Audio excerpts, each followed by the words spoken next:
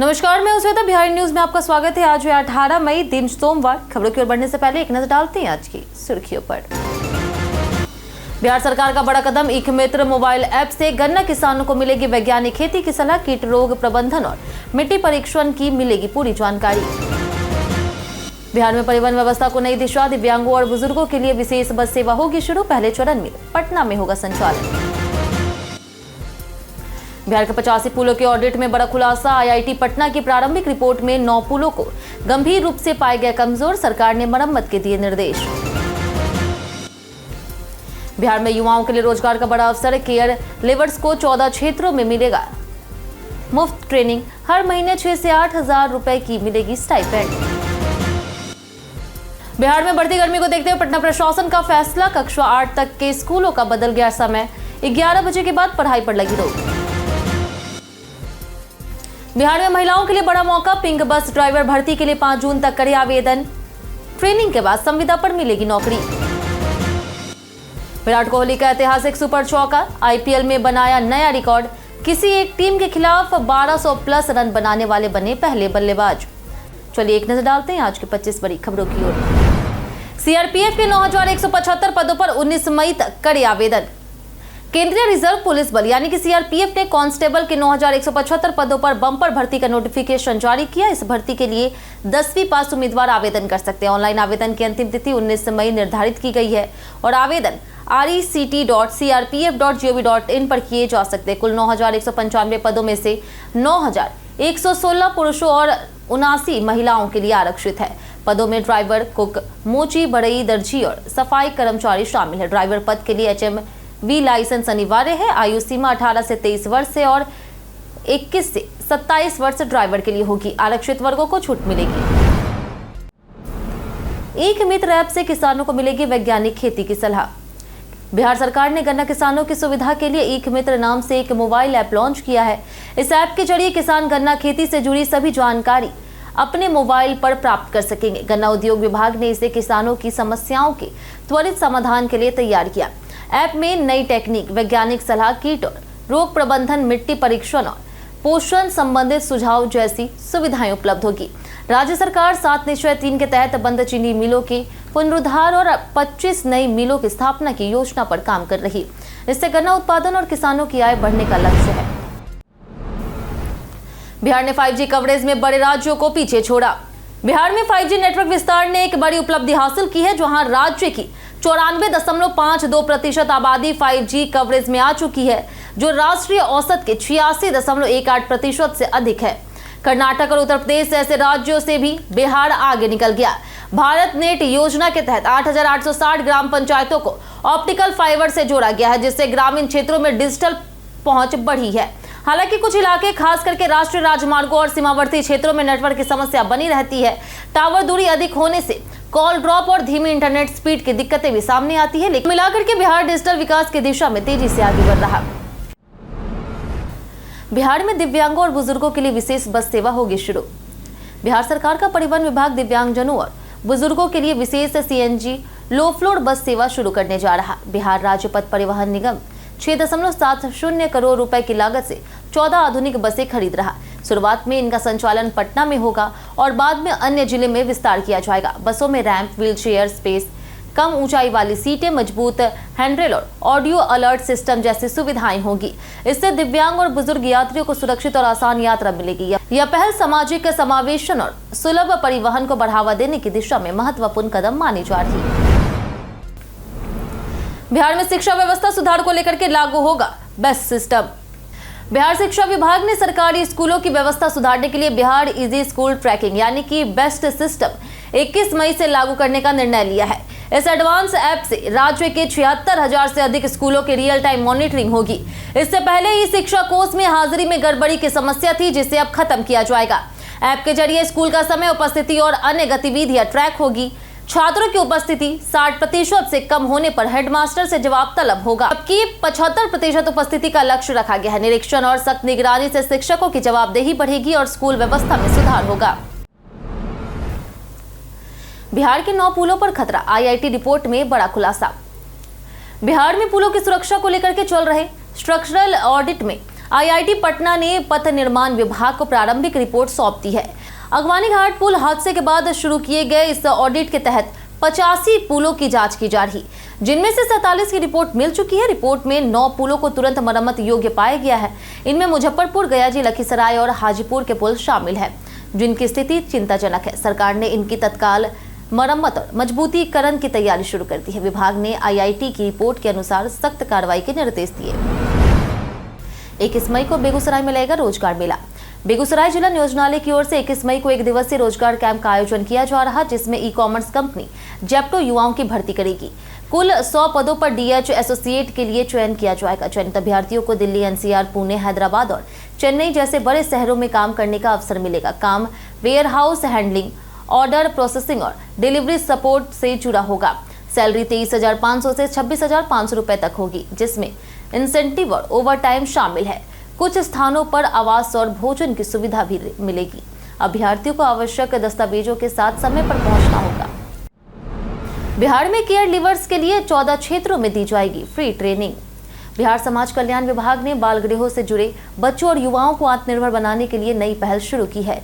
Mission वात्सल्य के तहत 16 से 18 वर्षों के किशोरों और केयर लीवर्स को 14 व्यावसायिक क्षेत्रों में निःशुल्क आवास से प्रशिक्षण दिया जाएगा। इसमें hotel management, tourism, banking, IT, beauty and wellness, कृषि, डेयरी सहित कई कोर्स शामिल हैं। प्रशिक्षण के दौरान 6 से 8 हजार रुपए स्टाइपेंड मिलेगा। इसके बाद एजेंसियां इंटर्नशिप और प्लेसमेंट की व्यवस्था करेगी। चयनित संस्थाएं CSR फंड से योजना चलाएगी। लड़कियों के लिए सुरक्षित कार्यस्थल अनिवार्य होगा। इसका उद्देश्य युवाओं को रोजगार देकर के आत्मनिर्भर बनाना है। सारण में बनेगा दुनिया का सबसे बड़ा ग्रामीण eye hospital network. Gautam Adani ने सारण, बिहार में दुनिया के सबसे बड़े ग्रामीण आई हॉस्पिटल नेटवर्क की नींव रखी और लगभग 150 करोड़ रुपए की लागत से अखंड ज्योति आई हॉस्पिटल परियोजना की शुरुआत की।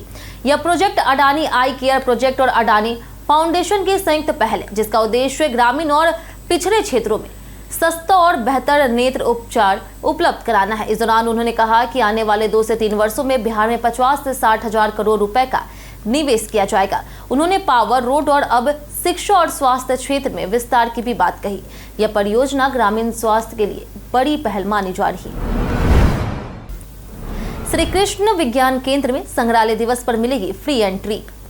अंतर्राष्ट्रीय संग्रहालय दिवस के अवसर पर आज पटना के श्री कृष्ण विज्ञान केंद्र में सभी दीर्घाओं में विजिटर्स के लिए निःशुल्क प्रवेश की व्यवस्था की गई।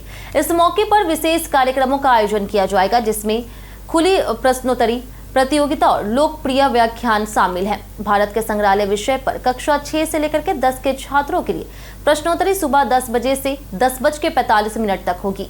इसके बाद 11 से 11:45 तक एक विभाजित दुनिया को एकजुट करने वाले संग्रहालय विषय पर व्याख्यान होगा। इसका उद्देश्य संग्रहालयों की सामाजिक सांस्कृतिक भूमिका को उजागर करना और युवाओं में रुचि बढ़ाना है। पटना में भीषण गर्मी के चलते आज से बदल गया स्कूल का समय। बिहार में भीषण गर्मी और बढ़ते तापमान के कारण बच्चों के स्वास्थ्य को देखते हुए पटना जिला प्रशासन ने स्कूलों के समय में बदलाव किया। जिला दंडाधिकारी त्यागराजन SM के आदेशों के अनुसार प्री स्कूल, आंगनबाड़ी केंद्रों सहित कक्षा 1 तक के सभी सरकारी और निजी विद्यालयों में कक्षाएं अब सुबह 11 बजे तक ही संचालित होगी। 11 बजे के बाद शैक्षणिक गतिविधियों पर पूरी तरह से रोक रहेगी।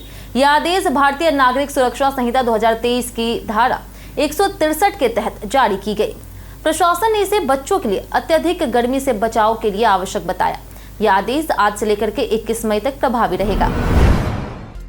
पिंक बस ड्राइवर भर्ती में 5 जून तक करे आवेदन। बिहार राज्य पथ परिवहन निगम महिलाओं के लिए पिंक बस सेवा का विस्तार करने जा रहा, जिससे सफर अधिक सुरक्षित और सुगम होगा। दिसंबर 2026 तक विभिन्न शहरों में पिंक बसों का संचालन शुरू किया जाएगा। वर्तमान में पटना, मुजफ्फरपुर, गयाजी, दरभंगा, भागलपुर और पूर्णिया में बसें चल रही। निगम ने महिला ड्राइवरों से आवेदन मांगे हैं। इच्छुक उम्मीदवार 5 जून तक आवेदन कर सकती है।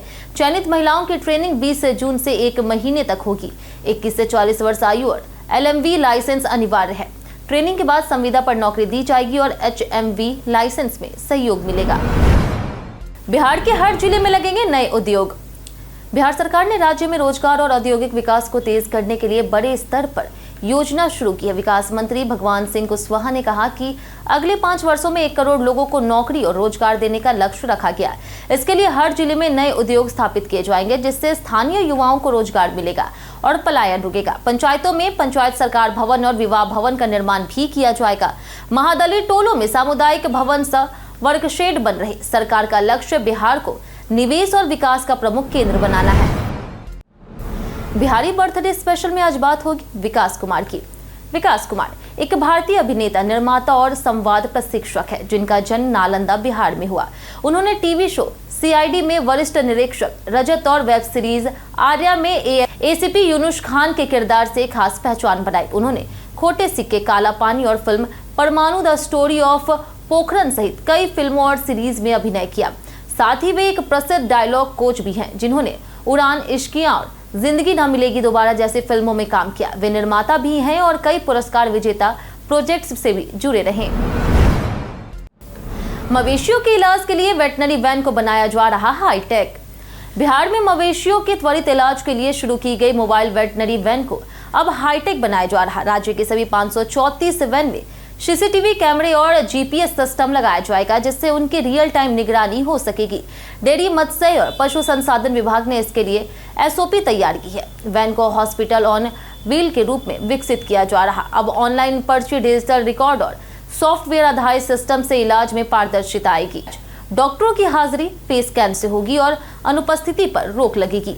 कॉल सेंटर से निगरानी कर सेवा की गुणवत्ता सुनिश्चित की जाएगी। जानिए आज कैसा रहेगा बिहार के मौसम का मिजाज।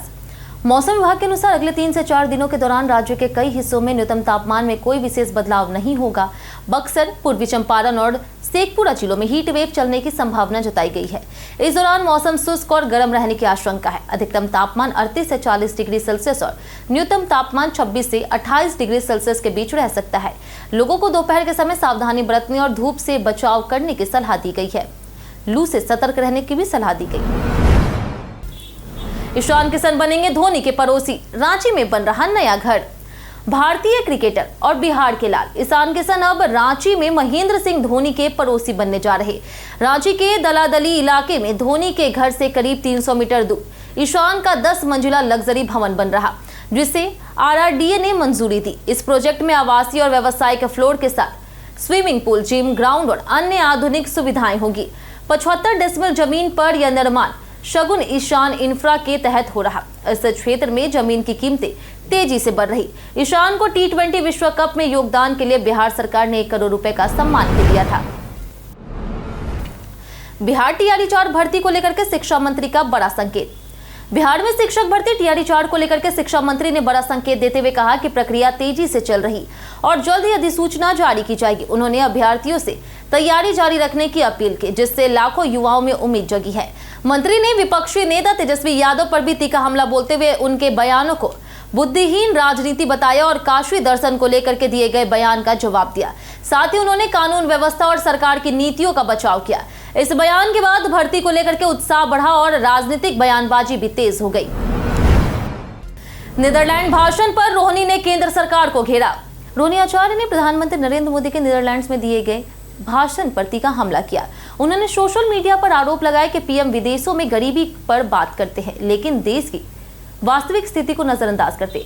रोहिणी ने दावा किया कि 2014 के बाद से देश में गरीबी और बढ़ी है।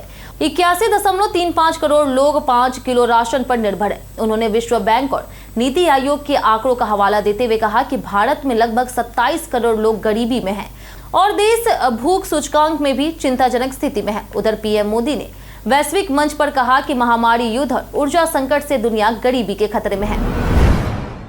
पटना जू में मछली घर को बनाया जाएगा अत्याधुनिक और डिजिटल। पटना जू में पर्यटकों की सुविधा और आकर्षण बढ़ाने के लिए बड़े स्तर पर बदलाव किए जा रहे। मछली घर को अत्याधुनिक टेक्निक से अपग्रेड किया जा रहा, जिसमें digital display board, QR code, advance lighting, जल शुद्धिकरण और ऑटोमेटिक तापमान नियंत्रण प्रणाली शामिल होगी। इससे दर्शक मछलियों की प्रजाति और उनके बारे में विस्तृत जानकारी आसानी से प्राप्त कर सकेंगे। साथ ही एंट्री गेट पर 5 नई कियोस्क मशीनें लगाई जाएगी, जिससे टिकट प्रक्रिया आसान होगी और कतारों से राहत मिलेगी। यह पहल जू को आधुनिक और अधिक सुविधाजनक बनाने की दिशा में महत्वपूर्ण कदम है। सिलेंडर डिलीवरी फ्रॉड से बचने के लिए अपनाएं जरूरी सावधानियां। देश भर में एलपीजी सिलेंडर डिलीवरी के नाम पर साइबर ठगी के मामले तेजी से बढ़ रहे। जालसाज बुकिंग कंफर्मेशन, सब्सिडी अपडेट या सस्ती कीमत का झांसा देकर के फर्जी लिंक भेजते हैं या कॉल करते हैं। लिंक पर क्लिक करने या ओटीपी, बैंक डिटेल साझा करने पर खाते खाली हो सकते। कुछ मामलों में ई-केवाईसी या डीएसी कोड के नाम पर भी जानकारी मांगी जाती है। गैस एजेंसियां कभी ओटीपी या गोपनीय जानकारी नहीं मांगती। सुरक्षा के लिए केवल आधिकारिक ऐप्स का उपयोग करें और किसी अनजान लिंक पर क्लिक ना करें। ठगी होने पर 1930 पर तुरंत शिकायत करें। बिहार में इलेक्ट्रिक वाहनों की मांग तेज।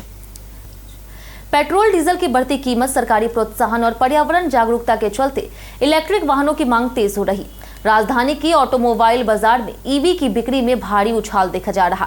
पहले जहां रोजाना कुछ ही लोग जानकारी लेने आते थे, अब वहां 40 से 50 ग्राहक पहुंच रहे और स्कूटर और कारें तेजी से बिक रही। कंपनियां मांग के अनुसार आपूर्ति नहीं कर पा रही। ईवी स्कूटर 1,30,000 से शुरू होते हैं और 155 किलोमीटर तक रेंज देते हैं, जबकि कारें 450 से 600 किलोमीटर तक चलती है। फाइनेंस, फ्री चार्जिंग और आसान चार्जिंग सुविधाओं ने भी बिक्री बढ़ाई है। नेपाल सुप्रीम कोर्ट ने सीमा शुल्क वसूली पर लगाई अंतरिम रोक। नेपाल के सुप्रीम कोर्ट ने नेपाल भारत सीमा से आम नागरिकों द्वारा 100 रुपए से अधिक मूल्य के दैनिक उपयोग के सामान पर लगाए गए कस्टम शुल्क की वसूली पर अंतरिम रोक लगा दी है। अदालत के इस आदेश से तराई मधेश के सीमावर्ती क्षेत्रों के लोगों को राहत मिली। सरकार ने अधिसूचना जारी कर यह शुल्क लागू किया था, जिसका व्यापक विरोध हुआ। इसे चुनौती देते हुए याचिकाकर्ताओं ने सुप्रीम कोर्ट में रीट दायर की थी। सुनवाई के बाद अदालत ने इसे नागरिक हितों के खिलाफ मानते हुए अंतिम निर्णय तक शुल्क वसूली पर रोक लगा दी। विराट कोहली का धमाका, आईपीएल में सबसे बड़ा रन रिकॉर्ड बनाया। विराट कोहली ने आईपीएल में एक और ऐतिहासिक उपलब्धि हासिल करते हुए अपना सुपर चौका पूरा कर दिया।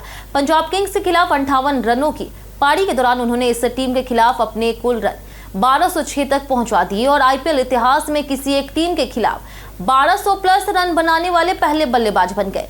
यह कोहली की चौथी टीम है जिसके खिलाफ उन्होंने 1000 से ज्यादा रन बनाए, जो अपने आप में रिकॉर्ड है। 19 साल के आईपीएल इतिहास में ऐसा करने वाले वह पहले खिलाड़ी बने हैं। इस सूची में चेन्नई, दिल्ली और कोलकाता के खिलाफ भी उनके बड़े रन शामिल है। यह उपलब्धि कोहली के लगातार प्रदर्शन और क्लास का बड़ा प्रमाण माना जा रहा है। कई कारणों से दर्ज है भारत के इतिहास में आज की तारीख। 1682 में शाहू का जन्म हुआ, जो छत्रपति शिवाजी के पौत्र थे। 1914 में एस जगन्नाथ का जन्म हुआ, जो भारतीय रिजर्व बैंक के 10वें गवर्नर बने। 1933 में एच.डी. देवगौड़ा का जन्म हुआ, जो भारत के प्रधानमंत्री रहे। 1934 में कवि मुकुंद दास का निधन हुआ। 1974 में भारत ने पोखरण में पहला सफल परमाणु परीक्षण किया। 1961 में अनिल चौहान का जन्म हुआ, जो सीडीएस बने। 2017 में अनिल माधव दवे और अभिनेत्री रीमा लागू का निधन हुआ।